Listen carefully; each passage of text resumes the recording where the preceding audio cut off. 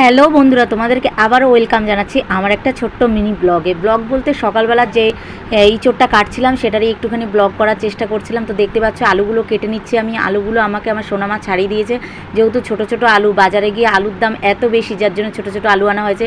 তো হাতে আমি প্রথমে একটুখানি তেল মাখিয়ে নিচ্ছি, কেন তেল মাখালে পরে কি হয়, ইঁচড়ের যে কষটা বেরোয় সেই কষটা হাতে চট করে লাগে না। এই জন্য আগে অ্যাডভান্স তেলটা মাখিয়ে নিচ্ছি হাতে। মাখিয়ে নিয়ে এইবার আমি ইঁচড়টা কাটবো। দেখতে পাচ্ছ ইঁচড়টা একদম পুরো টাটকা গাছ থেকে পাড়া হয়েছে।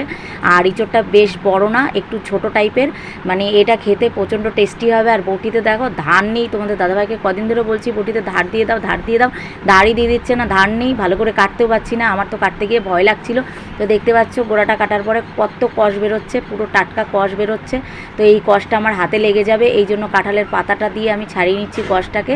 এবার আমি ইঁচড়টাকে পুরো কেটে নেব। দেখতেই পাচ্ছ কষ কীভাবে ঝরছে, এত পরিমাণে কষ বেরোচ্ছে মানে ভাবার মতো না। তো যাই হোক, কষটা একটু ঝরিয়ে নিয়ে এবার ইঁচড়টা কাটা শুরু করব। তো বটিটায় ধার কম থাকায় ইঁচড়টা কাটতে একটু অসুবিধা হচ্ছিল। তো দেখতে পাচ্ছ এবার ইঁচড়টাকে আমি কেটে নিচ্ছি। ইঁচড়টাকে কাটার পরে তোমাদেরকে দেখাবো এর ভিতরটা কীরকম পরিস্থিতি হয়েছে, আর আমি নিজেও দেখব। দেখতেই পাচ্ছ হালকা হালকা দানা এসেছে সবে মাত্র, মানে আরেকটু দানা বেশি হলে পরে টেস্টটা আরেকটু বেশি হতো।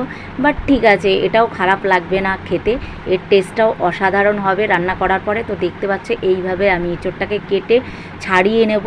তো দেখতে পাচ্ছ ছাড়াচ্ছি, মানে ছাড়াতে গিয়ে আমার ভয় লাগছে, যেহেতু বটিটা একটু এদিক ওদিক করছে, তাই একটু ভয় ভয় পাচ্ছি। তবুও ভয়তে ভয়তে ইঁচড়টা কেটেই নিলাম আমি।